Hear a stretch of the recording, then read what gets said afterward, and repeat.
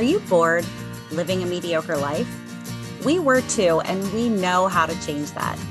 Each week, we'll leave our comfort zones to explore a new topic, then step onto our soapboxes, a safe space to sound off on our latest adventure.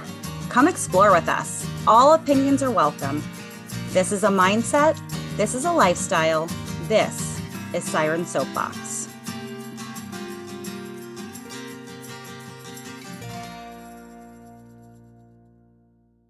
Hello and welcome, fellow explorers. Thank you for diving in with us today. Our mission is to explore beyond comfort zones. Looking to take the first step outside of your comfort zone? Check out sirensoapbox.com for easy ideas you can explore with our blog, magazine, and Eventbrite classes. In the fall of 2021, the Sirens took the masterclass, Jesse Krebs Teaches Wilderness Survival. During the masterclass, we noticed a lot of connections between diving and survival, which makes a lot of sense considering when you're underwater for any length of time, it does become a matter of survival. Some of those synchronicities include having a positive mindset, preparing before you explore, exhale longer than you inhale, not tying, and the importance of personal protection against the elements. As explorers, we also connected with Jesse's message at the end of the masterclass about nature inspiring curiosity and expanding your comfort zone. Check out episode 56, Survival, for more on what we explored. But let's dive deeper on this topic. There's an idiom that says, those who cannot do, teach. However, this is far from the truth with Jessie, as she is practicing what she preaches in this season of History Channel's Alone. Anyone who can pass the rigorous test to make it as one of the 10 contestants on the show are survivors in our book. According to History.com, season 9 of the History Channel's hit survival series Alone delivers a fresh set of dangers and challenges for 10 new participants. Equipped with just 10 items of their choosing, the survivalists are dropped into a remote wilderness valley in Labrador, Canada.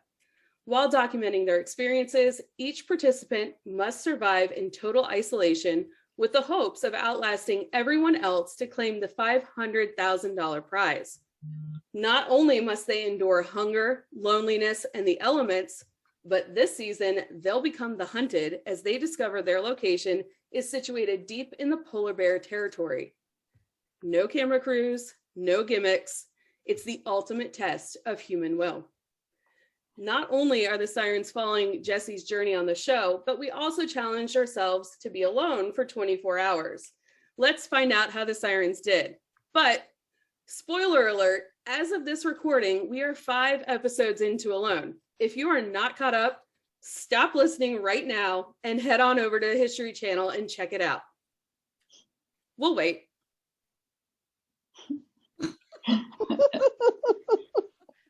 Welcome back. It was totally worth it, wasn't it? All right, on to Siren Soapbox. If at any time the conversation gets too intense, the safe word is Mango. First up on her soapbox is Sarah. Well, I definitely had fun preparing for this episode because I got to hang out with Bill and watch the Alone series. Jesse's season hadn't started yet, so we had time to get pretty far along, and we're really enjoying the show. We're just getting started on season 4, and there's a bit of a twist change up there, but we're taking a break while the current season is in progress. There's so many things I like about the show, but I think what I like the most is seeing just how creative some of the participants can get when it comes to building things, not just shelters, but chairs, beds, and musical instruments.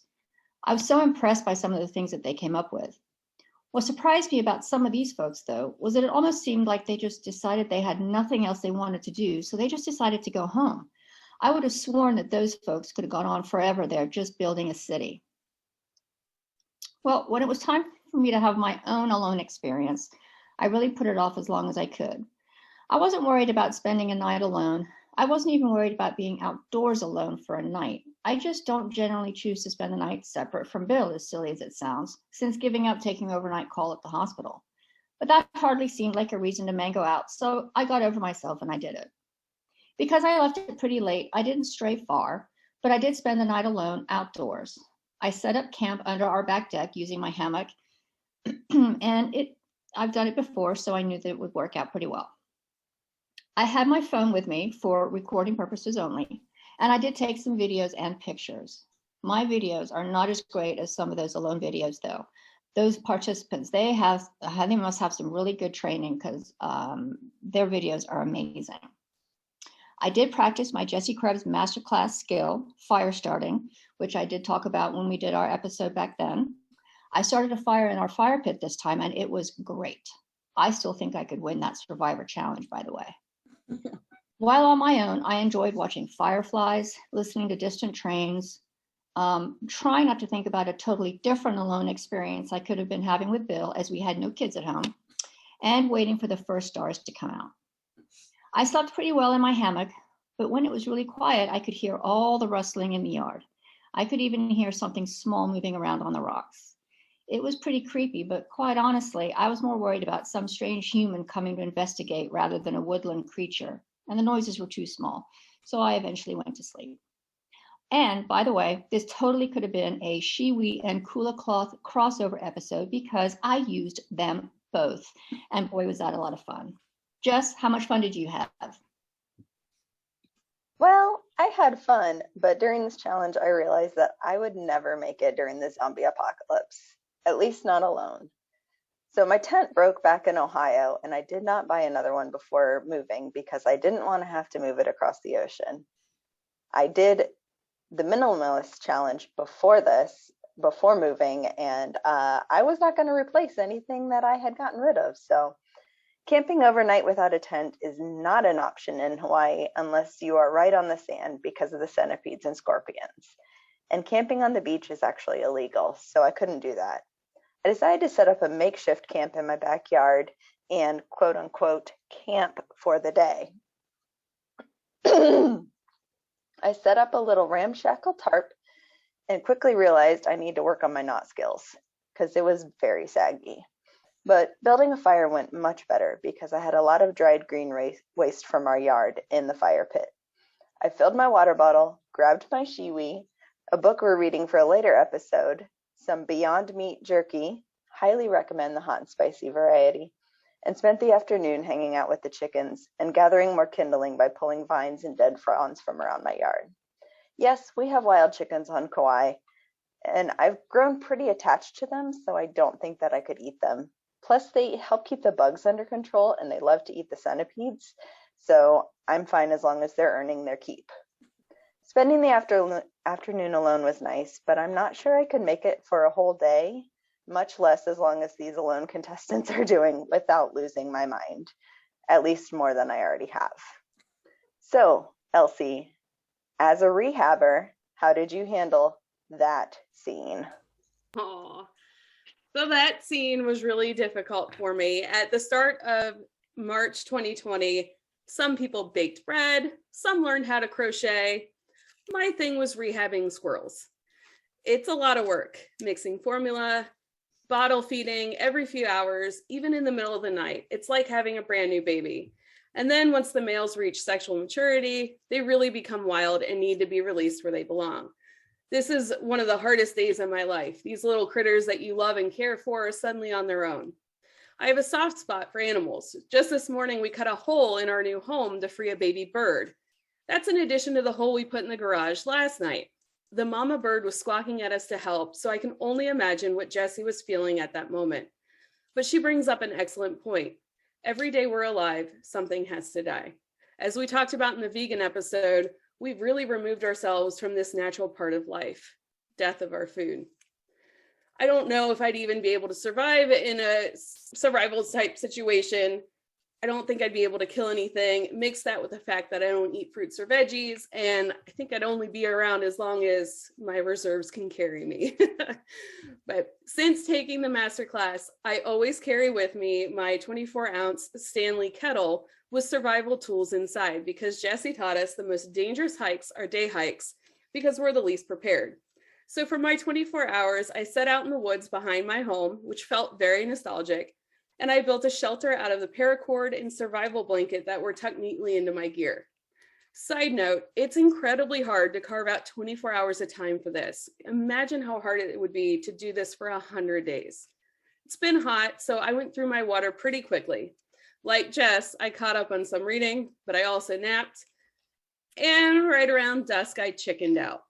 I would most definitely be one of those that would need a boat escort in the middle of the night. Mer, how did you do? Well, I spent one night by myself in a campground recently, and here's how it went. I set up a hammock with little issue. I was able to use a fisherman's knot to connect lines because I didn't have one long enough to set up the bug net. So that was pretty cool. I went on a hike on a marked trail. So that felt pretty safe. I really had no need or any desire to wander off into the brush. So I didn't because I didn't have to. I was able to start a fire using just a ferro rod, and that made me feel like a badass. Lastly, I was bored. And here's the thing. I was never truly alone. The campground was sold out, so there were people everywhere. I was glad to have a reason to practice tying knots again and to use the ferro rod. But as soon as the sun came up the next morning, I took down the hammock and was out of there. By 6 a.m., I was in my car headed to Mark. And I certainly cannot imagine staying out in the wilderness for months, especially if I were by myself. I have so much respect for the people competing on the show alone. It takes a certain type of strength and willpower to do what they do. This wasn't my first solo camp out, though. Several years ago, I did some hiking, waterfowl hunting, and camping by myself, and I turned it into a retreat. I had planned some journal prompts and did lots of writing and self-reflection while sitting near waterfalls or creek beds. I ate brie and grapes and drank Prosecco before bed. It was quite a nice experience. The thing that put me out of my comfort zone this time was that I only allowed myself 10 items, just like the contestants on Alone. That did not allow for any entertainment, and I do not do well with boredom. So, of course, like we do for all of our explorations, we reached out to a subject matter expert on this topic. When we reached out to Jessie Krebs via email, in one of the auto responses we got back, we were informed she was out in the woods for an extended period of time. No surprises there, although we had no idea for what. We think we know now. Through some miscommunication on our end and some bias based on our own past experiences, we assumed Jessie couldn't meet with us when we originally scheduled with her back in May. But thankfully, she was so gracious and willing to reschedule with us. And because of that happy accident, we were able to talk to Jessie about some of her experiences on the History Channel's critically acclaimed show, Alone. Jessie served in the Air Force and had 4 years of enlistment as a SEER specialist. SEER stands for Survival, Evasion, Resistance, and Escape. And then she continued on to be the head instructor for SEER training school. In 2022, she opened her own school, Owls Skills. Owls stands for Outdoorsy Women Learning Survival Skills. Jessie says of herself that she is a half-century-old child of the wilderness. She loves climbing trees, exploring canyons, picking apart scat, calling to coyotes, watching clouds, dancing in rainstorms, singing, cuddling under blankets under cold days with tea and a good book, swimming, building things, connecting and playing with other creatures, human or otherwise, teaching, learning, growing, becoming, a typical human. Her life motto is to keep smiling. People will wonder what you're up to. Personally, we love Jessie's upbeat and no-nonsense attitude that makes survival skills fun and memorable to learn. And it has been fascinating to watch her put those skills to the test in one of the most harsh environments on the planet. Sirens, please help me in welcoming Jessie Krebs to this episode of Siren Soapbox. Woo! Welcome. Thank you, everyone. It's a pleasure to be here. I love the sirens. I love the tails with all the mermaids and your different colors. It's just so much fun. It's awesome. Well, we are really excited to have you here too. So we're curious, what inspired you to become a professional survivalist? It really wasn't on my radar initially. Although when I was a teenager, I wanted to be an oceanographer for a long time. And I think that's because I really loved dolphins. And my mom and I had gone down to Florida a few times during winter break, and had gone down to play. And my mom loves to fish. So we'd be out on the Keys, usually in between the bridges, fishing and things. And I'd go in the water, and I wasn't a diver at the time, but I loved to snorkel. So I'd be down playing and tooling around in the waves. So oceanography sounded like a really good one for me. And I'd felt a connection with the wilderness, mostly I think because my mom is an outdoors woman, and also because of my abuse as a child, the infant and childhood sexual abuse when I was a kid, which was my grandmother's second husband. And because of that and the way in which it happened, I didn't really trust people. People didn't feel safe to me, but the outdoors did. So that felt like a place where I was held, and I would go out and climb a tree and talk to the stars and the wind and the moon and water if I was around it. And it seemed like those elements spoke back to me and that I had a communication with them, and they were my best friends, the ones that I felt like I could trust and that wouldn't hurt me in any way. So that was my foundation, I think. And my mom was a big traveler as well. She still loves to travel.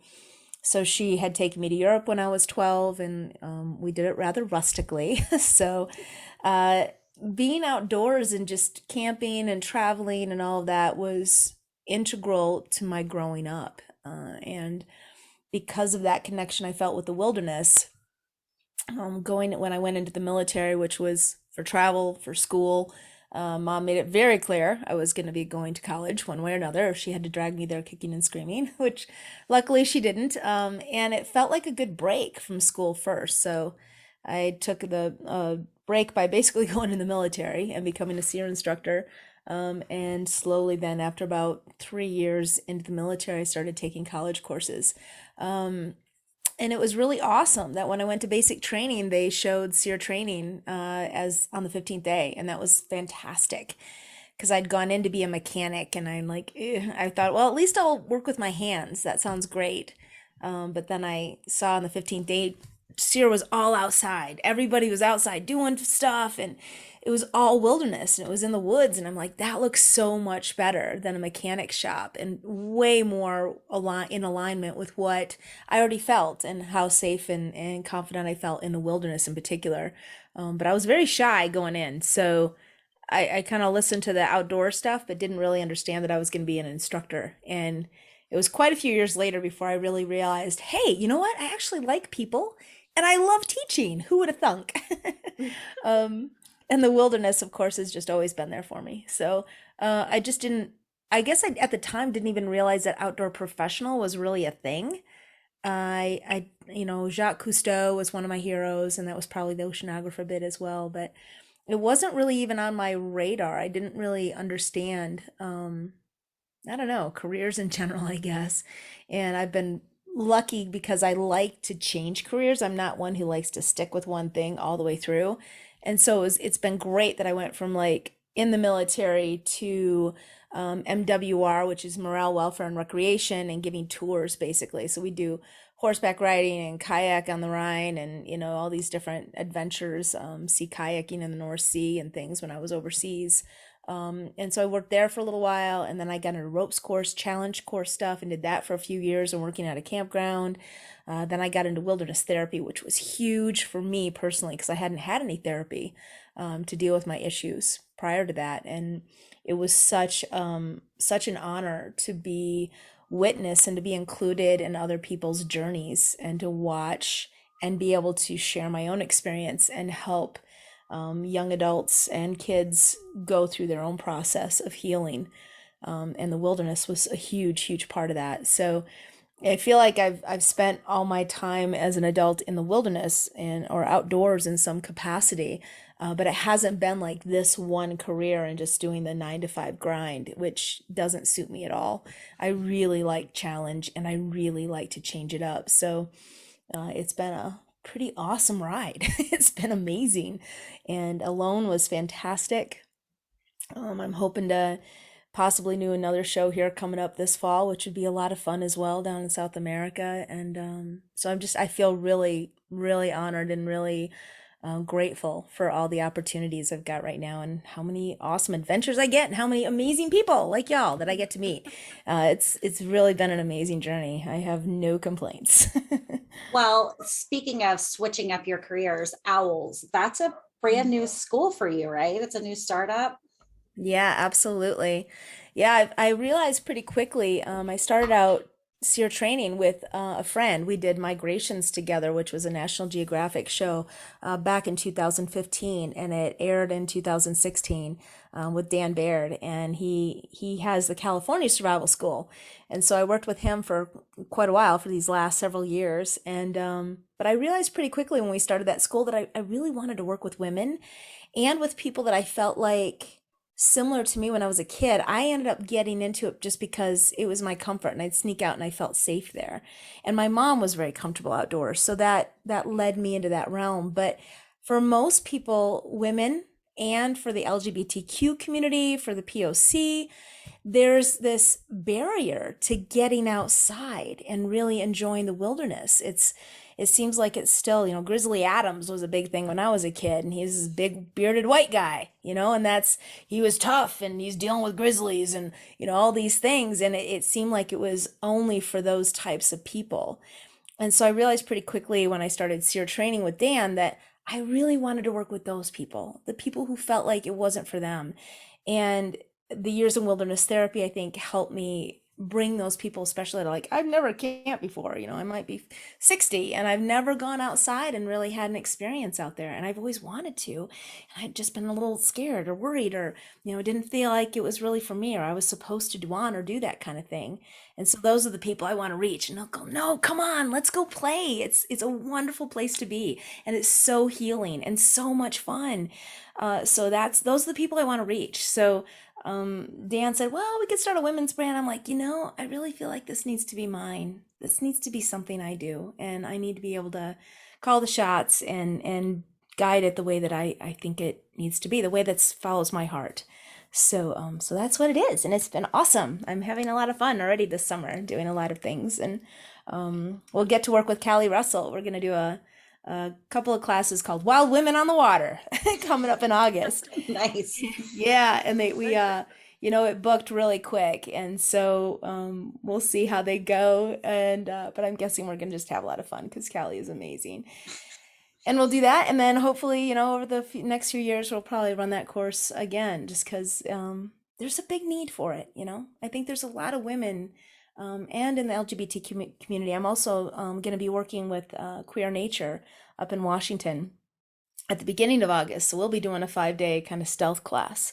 Nice. So it's just, I'm having a blast. This is, again, life is good. I can't complain. So are all of your classes in person, or do you do anything virtual? I've done a little bit of virtual. It's definitely not my preferred. Anything that's a skill, like a physical skill, is a little hard to learn virtually. I was so impressed with how Masterclass did it. Masterclass was amazing. The people there were so sweet and so supportive and just really awesome. But it is very difficult, I think, to learn and convey information. And I can't peek over your shoulder, if I'm a video and say, hey, oh, you've almost got that knot right. Just for you, your mnemonic is going to be blah, blah, blah because of the way you like to tie this. Or, hey, change the angle of that knife just a little bit and you'll get those shavings a little better, or whatever it is. I can't do that virtually. So unless we're on a Zoom or something and even then it's like, I can't quite see. Can you change the camera angle? And so it gets really awkward. So I definitely prefer in-person classes where I can see faces and I can work off that energy and really tailor a class to what people are most interested in learning and what they're excited about. And if they have questions, we can just bounce off and the others learn from the questions of each other, and they get to meet each other and support each other. So I definitely like the in-person classes way better. Yeah, that is something that we noticed when we were I think we all loved the master class, but we did want to ask questions about the knots, and specifically, we were like, if we could just ask her. Mm-hmm. Yeah. That's what I was going to say too, Mer. And when we were looking at a master class, because we're from all over the place, Jess in Hawaii, some of us are in Cincinnati, some of us are in St. Croix. So we were looking at masterclass as something that we can do together and learn together. And seeing a woman teaching survival skills in the wild, we're like, yes, that's what we have to do. And we have to try it. And that was definitely something that was missing, was being able to interact and ask you questions and like, hey, are we doing this right? And there were a couple of things we did want to get more in depth with, but doing that, did that really set you up for alone? Like how do you feel going into that? I really feel like they were very separate things, right? One is more of a personal challenge. Alone was you're alone and you're gonna practice your skills, and they've likened it to the Olympics of the survival world, which in a way is a misnomer. Like I say in masterclass, my specialty is survival, and there's bushcraft, there's survival, there's primitive living. There are many different facets of outdoor interaction, I guess would be the best way to put it. And so my specialty with the military was survival. I was out there having fun, and now I don't want to be there anymore. And bushcraft is more like the Grizzly Adams thing, where you're more of a homesteader. You've got an axe. You might have livestock. You're making natural shelters all the time. You might do a little bit of primitive living, but I think of like flint and steel, right? Not even a ferro rod, but like old fashioned flint and steel and char cloth and that kind of thing. And heating up bricks in the fire to put in your bed at night, and things along this line. Versus primitive living is tribal, right? Where you've got teepees or wickiups or lodges and things that you're using instead. So, and you're intimate with the land, and you know the plants, and that's your pharmacy. And so there's different facets of interaction with wilderness. And we modern humans don't deal with any of it most of the time. We're in our safe little boxes, right, all over the planet now. So it's a very different way to look at the world, I think, and to interact with it. So for alone, it's more of a bushcrafty and tribalism kind of thing. And there are combinations, all these skills intermix in one way or another. There's overlap between them. But my specialty is more survival, which means trying to get out of the situation, right? And in alone, we're not trying to get out of the situation. We're actually trying to stay there as long as possible. Right. So it's a different take. And I like that kind of thing when it's a challenge like that. This was nice being in Labrador because they actually reached out to me for season 1. And it was the same time I was headed over to the Serengeti back in 2015. And they didn't really know much about it at that time. And so all they did is call me up, and somebody called me up and said, "Hey, we're going to put you out in Washington State, and you'll be out there with a backpack full of stuff, and we're going to see how long you can stay." Like, they didn't really know yet it was going to be a competition or prize money or any of that. And I did all my training in Washington State. Like, that's where Air Force SEER School is. So I was really confused. I'm like, if I can survive anywhere on the planet indefinitely, it's going to be Washington State. Like, I can either go there or I can go to the Serengeti. Like, this is no contest, right? So I ended up doing the Serengeti, and it wasn't until a year later when the show actually came out. I'm like, oh, that's the one that, hey, wait a minute. We don't have a woman on there, and he didn't say anything about $500,000 now. Come on. That drove me a little crazy about season 1. It was 10 men. I was like, are you freaking kidding me? When do the women come on the show? But thankfully it was only one season that it was all men. Yeah. But I think that was what you're talking about, the different kinds of wilderness survivalists. That's the fun thing about each season. You can kind of pick out the different people. I remember in season 2, she was the herbalist tribal. You had a couple of those people, and they're just out there living their best life. I mean, the very first day she was out there, she made a freaking chair.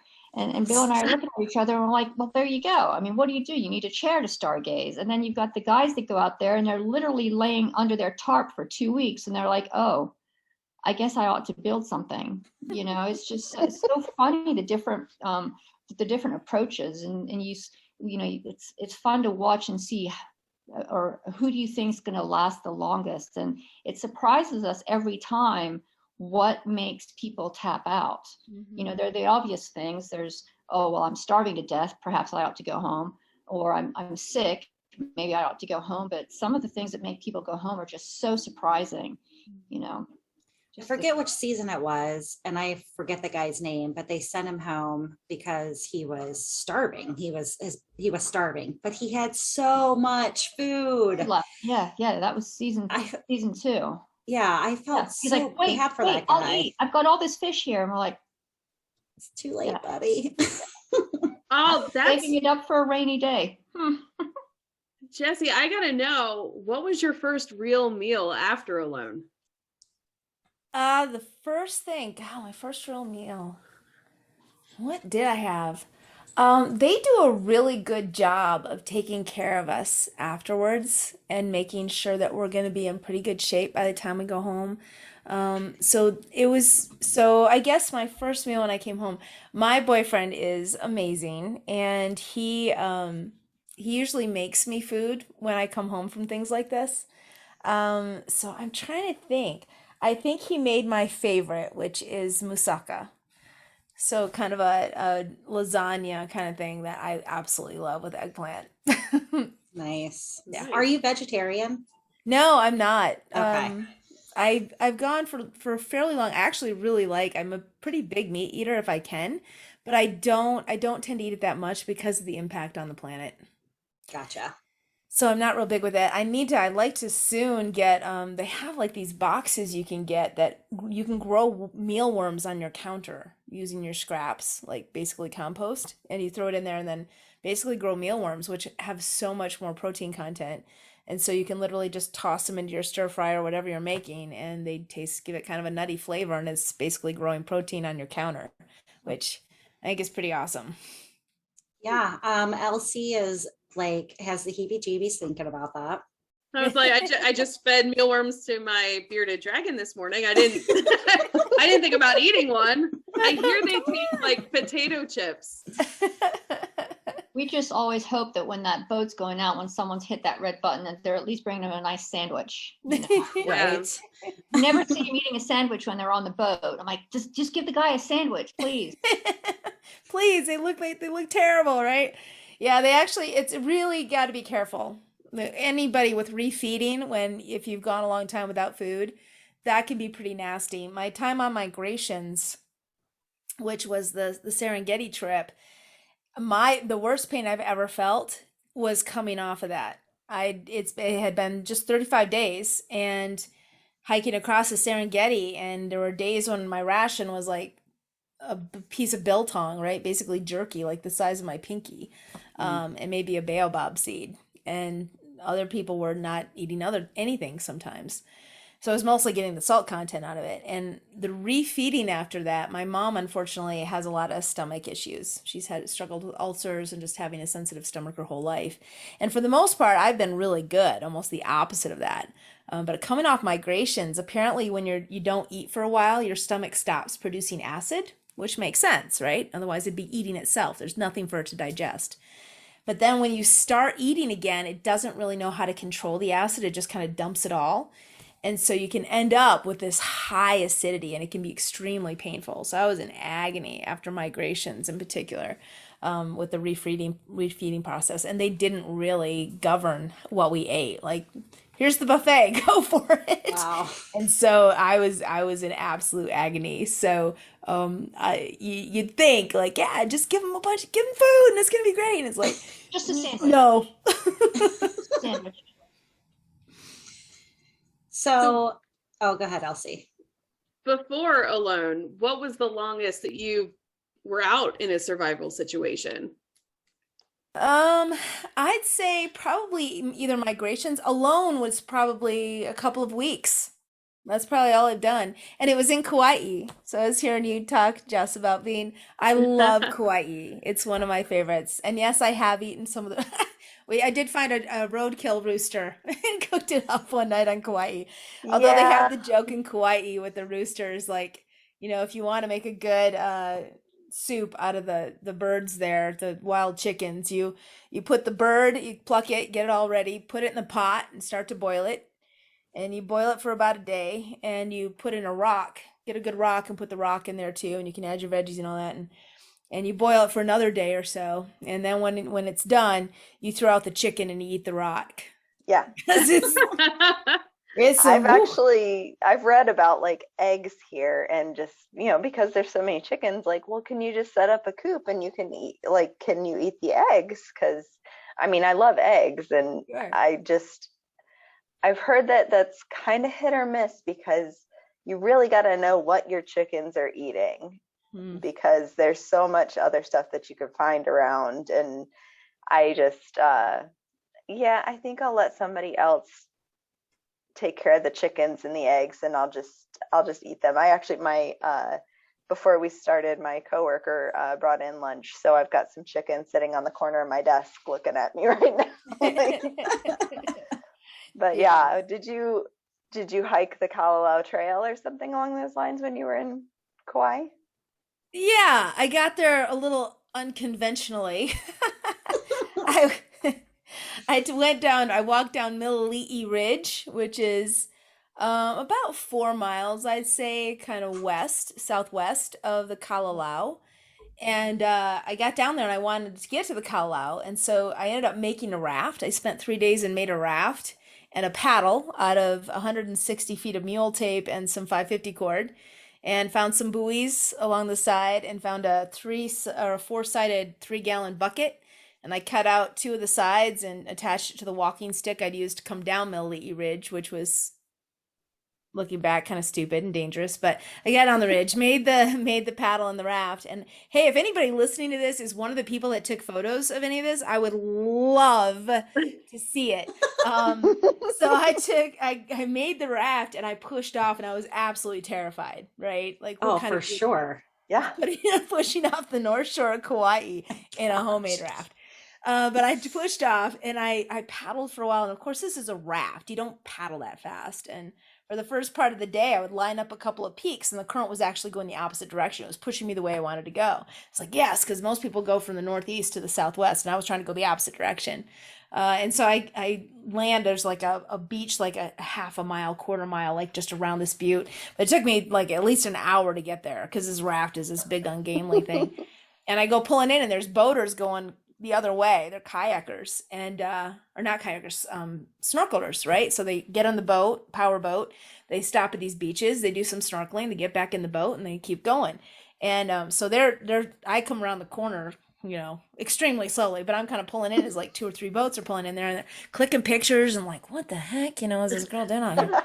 And the captain of the boat, he's like, do you mind if I take a picture? I'm like, no, go ahead, everybody else is, it doesn't bother me any. And he goes, great, because I've been doing this for like 30 years, and I'm trying to figure out how to explain that, whatever you're doing. All of this. Yeah. I figure a picture will be the best way, and I'm like, great. And so he takes a picture, and, we talk a little bit, and I'm talking to the other guy, and I had planned to stop at one beach, and he's like, like another mile down. The guy's like, oh, no, you can't. That's all rocks. You try to land that raft there, you're going to get smashed to smithereens. And the rest of it is just cliffs, right? And you weren't supposed to stay at that beach overnight. So I'm like, okay, I got to push off. And I was only planning on going a little, and it taken me like 3 hours to get the boat down to the water even, right? The raft down there. So I'm like, whoo, I'm going to be pushing it today. I guess I'm making the whole distance today. And I get the raft in the water, to get out there again. It takes me I have to go out a half mile from shore to get around the coral reefs and things. Anyway, long story short, man, by the time I got there, I get like most of the way there, I'm like a half mile out, and I'm so tired, right? And getting dehydrated, and I had a shoulder injury like a couple weeks before that. And I'm paddling. Of course, now if I'd have stopped paddling, I'm going backwards, right? The tide is, or the current's changed. And this boat comes up, and they're circling me, and because I had it many times during the day, people would come, and the boats would circle, and they're like, are you okay? Do you need to be rescued? Yeah, what is that you're out, or did you make that? What the, right? And so they'd go around, and so these guys are like, do you need help? And I'm like, yeah, actually, because I had made the commitment. I'm like, just people have been asking you, and you've been stubborn, and you've been like, no, I've got it, I'm good, and I'm grinning, and paddling. You okay? Yeah, I'm fine. Are you okay? I think they meant not just mental or physically, but like, seriously, woman, what the heck are you doing out here, right? And so I'm like, yeah, my shoulder's bad. I should really next person who asks me for help, I should say yes. And so they're trying to find a rope. They don't have one. I had one that I'd found on the beach, so I throw it, and they're like, okay, come on the boat, and we'll help you. We'll haul you down. I'm like, no, I'm not leaving my raft and my pack. I got to be. And they're like, yeah, but if we pull you, you're going to get dragged underwater. And I'm like, okay, but I'm still not leaving my raft. And so I like hold on to my pack and the raft, and they start dragging me, and I'm going underwater. So I'm like, right, and I stick my head up as high as I can, get a breath, and I'm right? And when I come up and look, there's all these people on the boat, again, rolling video and clicking pictures, and I'm like, and they finally stop, and then I have to make landfall, and the water had been pretty lame, really low and flat in the morning, and now it's like 7 foot. There's 5 foot like rollers out on the ocean, and as I'm making landfall, they're like 7 foot, between the top and the trough, and I'm like, oh boy, coming in hot. And I'm like, the water's so clear. So I'm like, can I get off? Can I stand? I don't know. Oh my God, here's the next wave. I just get, it was ridiculous. It was just one of the stupidest things, but anyway, it was a heck of an adventure. So I absolutely love Kawaii. How long ago was that? What's that? How long ago was that? Oh, God, it was probably close to 10 years now, probably. Jess, you're going to have to ask around your local dive shops. Someone has video of that. Please. I would love to you see guys if someone got a remember video of this that. crazy lady Weirdo out there. You're never gonna believe who that was. and also tried to get to the Kawaii Trail the wrong direction. Yes. Yeah, it was so funny. And then I ended up walking the Kawaii out. I wasn't planning to, but I had this like thing of like, I feel like I'm supposed to get in contact with somebody, get out and get to cell service. And my sister, we're half sisters, and her stepfather had died. So I'd had this mental thing of like, I don't know why, because I was going to try to hike out the back of the Kawaii, which somebody had died like a couple weeks before then doing it. But that's the kind of stuff I tend to get myself into. But I just felt like I needed to get to cell signal. And then my sister Nola had been calling me and left messages. So I'm like, okay, yeah. So I ended up walking the Kawaii out and saw like 3 guys jogging in with nothing. It was really weird. They were like 4 miles in. They're sweating, not even carrying water. Wow. Like, hey, where are you guys going? Oh, we're gonna hit the Kawaii, and then our girlfriends are going around the other side. They're gonna pick us up, and I'm like, okay, by boat? Oh no, they're gonna drive around the island. And I'm like, yeah, by boat, because there are no roads going to the Kawaii. They're like, really? I'm like, yeah, let me show you the map. And luckily, they were smart enough to turn around and just go back. So I'm like, I don't think you understand where you're headed right now, dude. There's no civilization out there. There's a bunch of people who will take care of you, but yeah. You're not finding a road, that's for darn sure. You can call a helicopter to come get you, yeah. But well, actually you can't because there's no cell service. Yeah, that's true. And they didn't bring emergency phones or anything, so they had nothing. They would have been in trouble.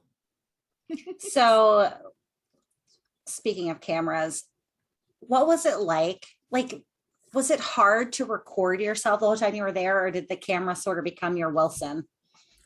Yeah, I hated the camera. I hated having to set it up.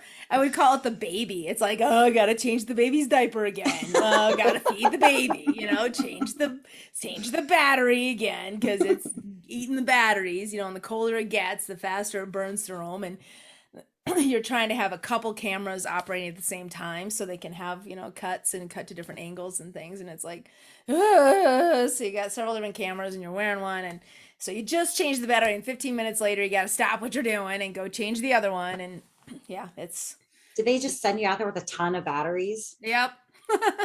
That's what they have to do, right? I guess what else would they do? Yeah. And a bunch of memory cards so you can record everything. And then they got to go through all that data. That's a lot of, right? If you've got 2 cameras running virtually all day, every day, you can imagine how much footage they have to go through to try to put the show together. So, gosh, that must be so boring for them to look at. What did you do to pass the time? Sing, talk. I did see you sing a song on one episode. You have a beautiful voice, Jessie. Thank you. I loved that little song. Thanks. Yeah, it's got a few verses. I don't know if they're going to end up playing all of them, but yeah. Hodgepodge Lodge. It's great. Oh, I love that name. My name is Mary Hodge, and my little craft, like arts and craft business, is called Hodgepodge Unlimited. So Hodgepodge Lodge was like, spoke to me. Awesome. Yeah, I'm like, it doesn't really fit into any category. Like, it's not a teepee. It's, I don't know. It's not an official lean-to. It's a combination of a debris hut. I don't know. It was a bunch of stuff. So I'm like, hodgepodge sounds great. What was the most challenging thing about being a contestant on Alone? That you can talk about today. Yeah, that you're allowed to talk about. What can I share? We don't want to get you in trouble. No, the alone thing for me isn't a big deal.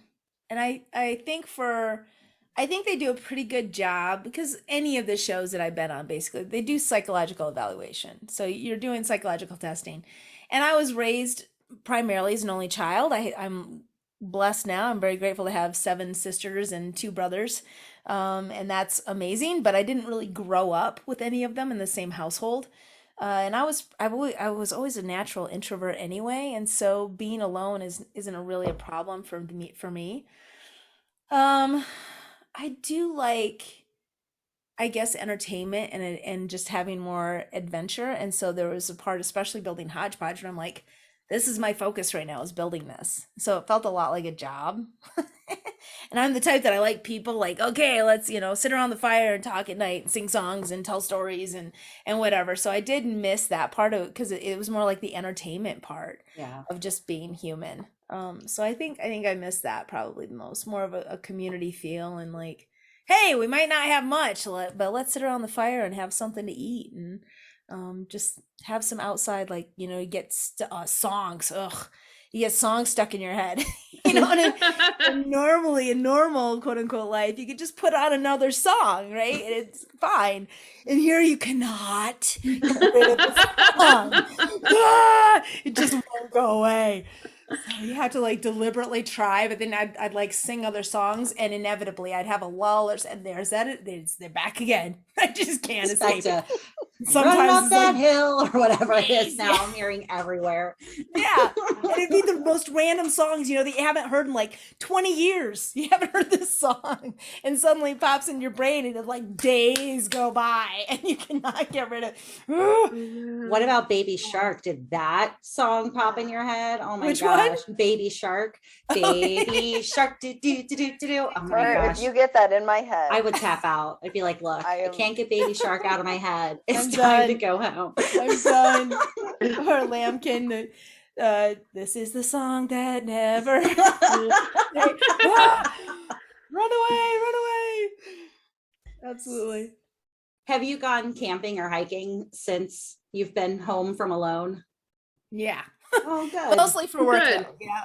But yes, definitely. And I've just come off of 3 weeks of like working pretty steadily, of running a lot of overnight and 1-day courses in Vermont. And just this last weekend, I did a 3-day weekend here in Boulder, Denver area.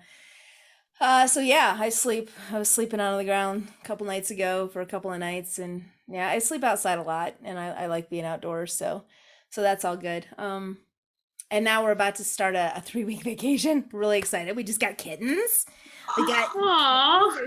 about 16 weeks right now, and we're training them to be adventure kitties. Oh, that's So exciting. yeah, so they've already been in the kayaks, and we're gonna take them on a 3-week road trip, basically heading up to Minnesota and Michigan, where I'm originally from. My boyfriend's from Minnesota, so his dad's from Minnesota, I should say. And so we're taking the kitties with us, and we're gonna do kayaking trips and take them out and just get them used to being outdoors and having fun, so they can come with us when we do our Awesome. outdoor stuff. Yeah. Do you want to borrow my cat for a little while and make him an adventure cat? I could just It's give hard you to my do when they're tail. already an adult. Then they tend to I dig in know. their paws, and they're not going anywhere. So Oh, we just moved, and anytime he's in a crate, he poops or something. So I'm like, oh, I'll hold him on the way to the house in a towel. And he vomited and peed in my lap. That was a mistake. Oh no. Oops. I wish I could go back and make him an adventure kitty. Aw. So has this experience changed you at all? Do you have a new outlook on life?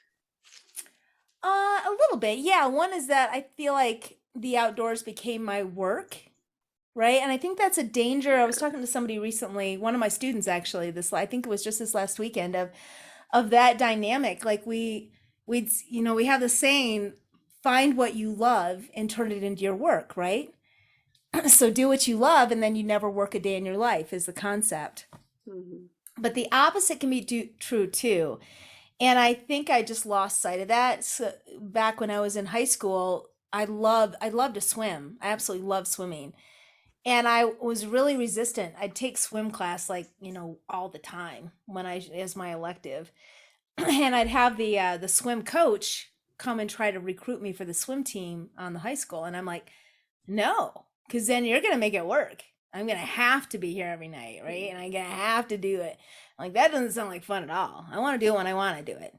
And so I think there's a part of me that's realizing I start to look at the wilderness like this is work.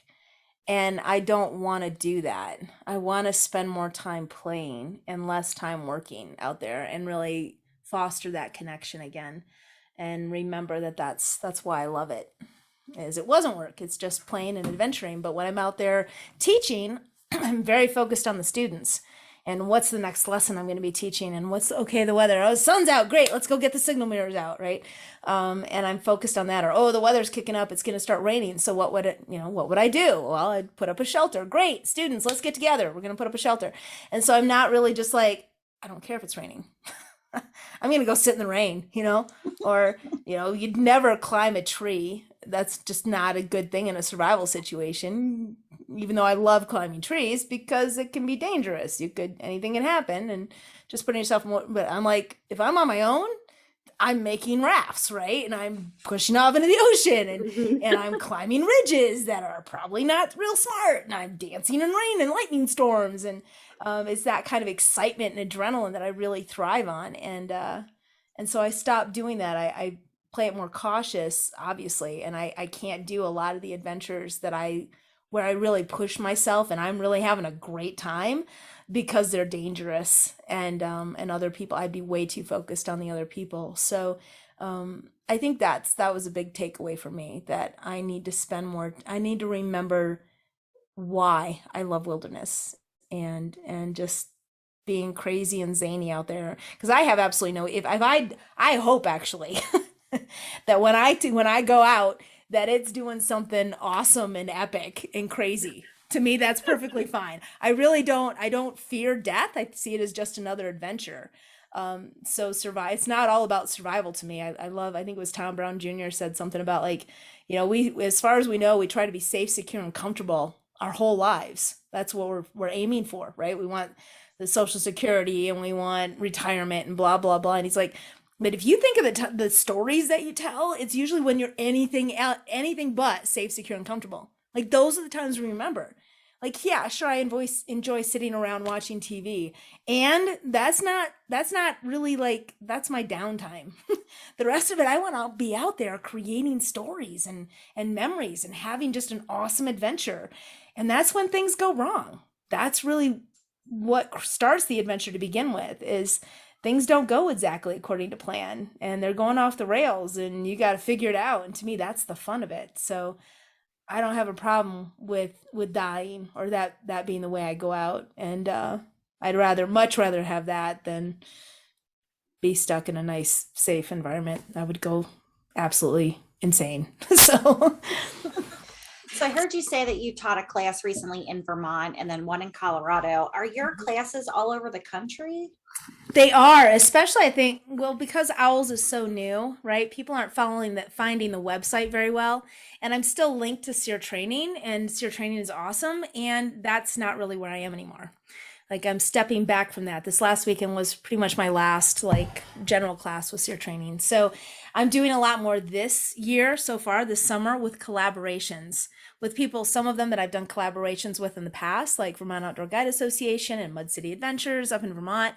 So that's who I was just working with this last few weeks.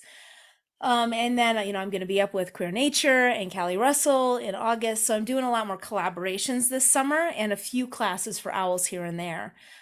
So that will hopefully, actually, I'd like that to kind of stay that way. I'd like to do a few classes for OWLS each year here in the Denver area, but I really like the challenge and the variety of going to different environments and climates and playing with the skills there, because I was taught as a global survival instructor, and I do like to change things up. I don't want routine. I definitely am not a routine person in any way, shape, or form.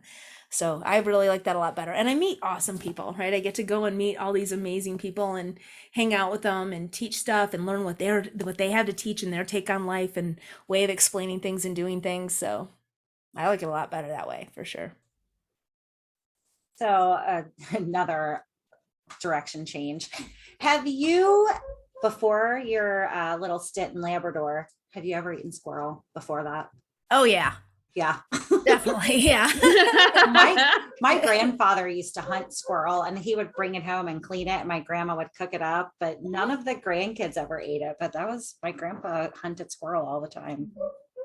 Yeah, especially for the meat eaters, or people. I am very, like I said, I love animals. I absolutely love animals, but I have to say the young one was pretty tasty. So, Pretty good. when you were learning how to forage, was that part of your seer training, or was that something kind of aside from that? Well, we don't really, it's SEER, it's more about global survival. And there are so many plants, around the planet. So we would teach something called the edibility test specifically for plants.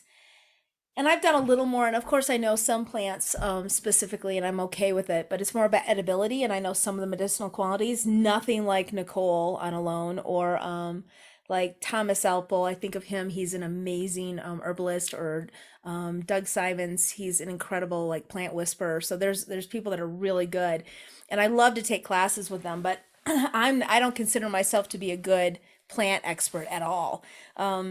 But we would do the edibility test at SEER, and that was a way, no matter where you are on the planet, to see what's going to be edible, right? And so that was on the master class. So it's a way to test what's around. And so that's generally what I'll do. I'm not that good at foraging, I don't think, but traps and snares, I'm pretty good at. The hard part with Alone is, one of the hard parts is that you're only allowed certain types, right? Based on the First Nations that are there. So Alone does a really good job of going in and working with the First Nations peoples and saying, what are you comfortable with us collecting and harvesting, and how would you like them harvested? So I appreciate that. I think that's a very valuable thing, and definitely we need to do that and respect the first cultures.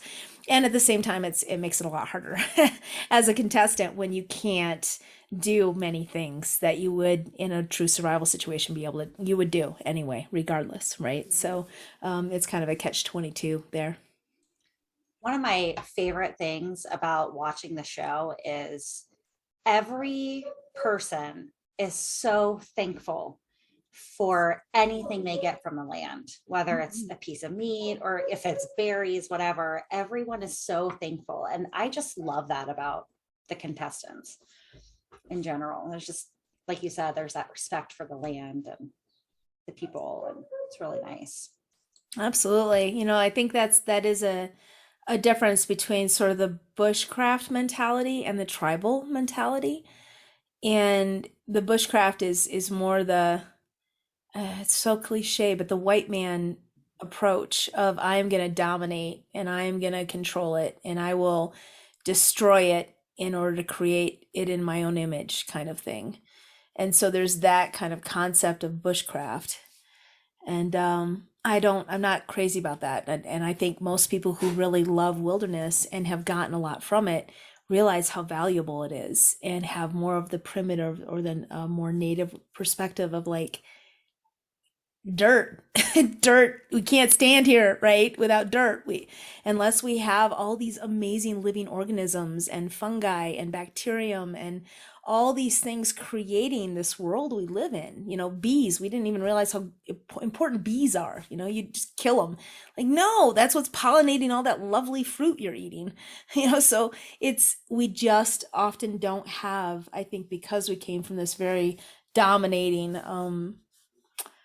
in some ways very patriarchal and this very hierarchy type system of, it's humans first and everything else bows to us. And it's really not that way. They could get along just fine without us. Right. It's us who really needs them.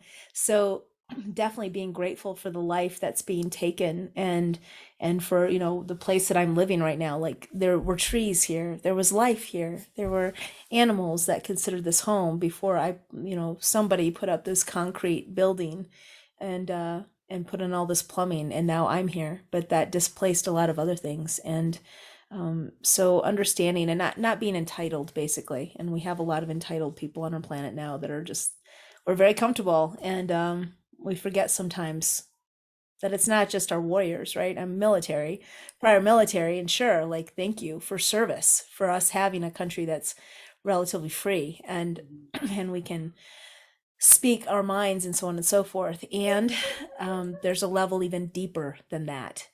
And it's simply gratitude for life, for having a planet that we can live on and breathe the air and go out in the sunshine and have water to drink and survive on, live on, thrive on. That was a beautiful way to end our episode this week. Thank you for that. We want to leave our listeners with a challenge. We want you to go on a solo overnight adventure. Maybe prepare by watching Jessie Krebs' masterclass. She's got lots of stuff to teach you. And then tell us about your adventure by using the hashtag Siren Soapbox on all the social medias. Jessie, we've really enjoyed chatting with you tonight and have loved watching your adventure unfold each week on History Channels alone. Do you want to tell our listeners where they can find you? Sure. I'm at owlskills.com. So OWLS skills.com. And that's where you can find me most of the time. I do have some Instagram and Facebook and stuff. And so if you reach out to me, eventually I'll probably get to it. Don't tend to get on the social media all that often, but I try. So yeah, that's where you can get me. I'd love to have people out for class. I tell my students all the time, I'm like, I like to go teach. But if I'm standing out here in the wilderness just talking to air, it doesn't look real good. So it's nice to have students to yak at instead of me just talking to myself out in the woods. The Sirens are going to have to plan a class with you at some point. That would be amazing. That'd Yeah, be when awesome. we go viral, we'll eventually come out and take a class with you. Well, It's a deal. Sounds great. Sirens, thank you for sharing your experiences with us. It's so much fun to learn what each of our own comfort zones are and how they differ from one another. So thank you for that. And thank you, fellow explorers, for listening to this episode. Check us out on TikTok. We're new there and having some fun with that platform.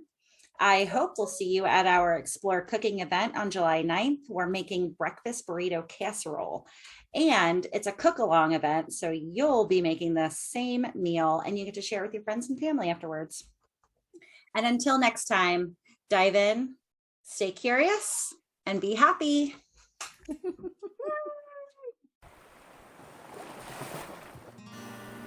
Thank you so much for listening to this episode of Siren Soapbox, and a special thank you to C Strings for providing our music. Snag their latest EP from iTunes today. Follow the Sirens on all the social medias, and don't forget to tell your friends about us. Like and subscribe wherever you listen to your podcasts. We'll catch you next time on another episode of Siren Soapbox.